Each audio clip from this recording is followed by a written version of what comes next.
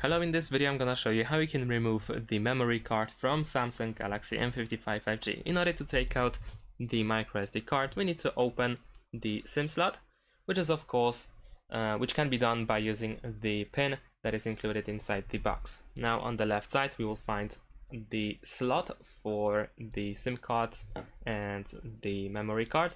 So put the pin inside this hole and then push it a little bit to take this part out, and then use your fingers to fully take it out. Over here we have our memory card, so we need to push it a little bit with your finger in order to lose it. There we go.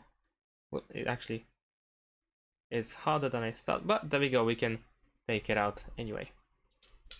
And then we need to put it back in, so let's do this. This is the front, of course, if we look at it from this side. So let's put it inside like so, and there we go. And that's it. Thanks for watching. Leave a like and subscribe to my channel, and see you in my next videos. Bye.